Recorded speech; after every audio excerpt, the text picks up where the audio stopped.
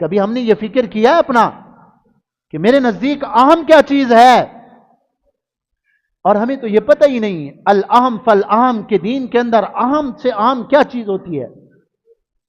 کتنی مرتبہ ایسا ہوتا ہے جنازہ فرض کفایہ ہے۔ فرض کفایہ کا کیا مطلب؟ چند لوگ پڑھ لیں باقی مسلمان گناہگار نہیں ہوں گے۔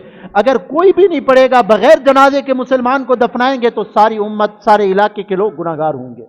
یہ فرض کفایہ کا مطلب ہوتا ہے۔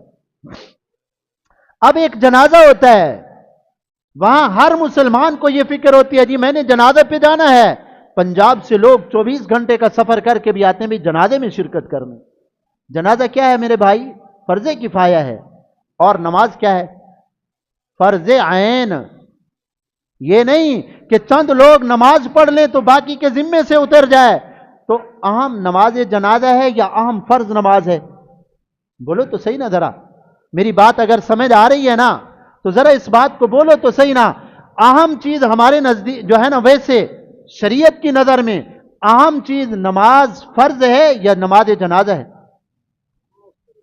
نماز جو فرض ہے یہ اس کا زیادہ مقام ہے۔ آقا نے فرمایا بندے مسلمان اور کافر کے درمیان فرق کرنے والی چیز نماز ہے۔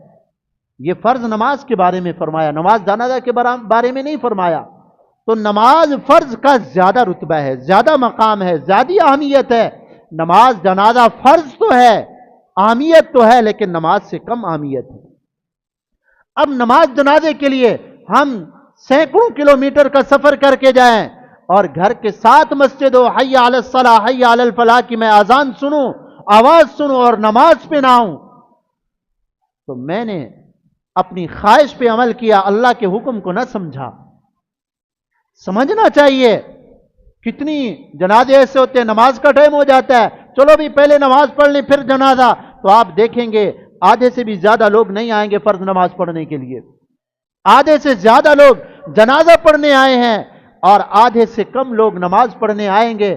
بھائی تمہارے نزدیک اگر اللہ کے حکم کو پورا کرنے آتے تو پہلے فرض نماز پڑھتے۔ دنیا کو دکھانے کے لیے آئے ہو کہ ہم تمہارے جنازے میں شریک ہوئے ہیں،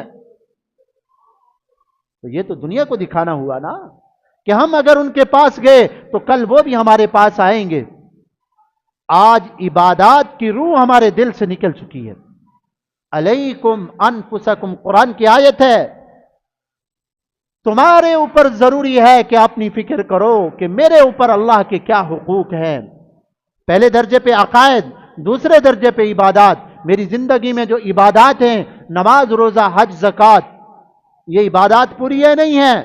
اور تیسرے درجے میں اخلاق، میرے اندر حسد تو نہیں ہے، میرے اندر جو ہے نا کینہ تو نہیں ہے، بغض تو نہیں ہے، میں کسی کو حقیر تو نہیں سمجھتا، میرے اندر اخلاق کیا ہے، میرے دل کی کیفیت کیا ہے۔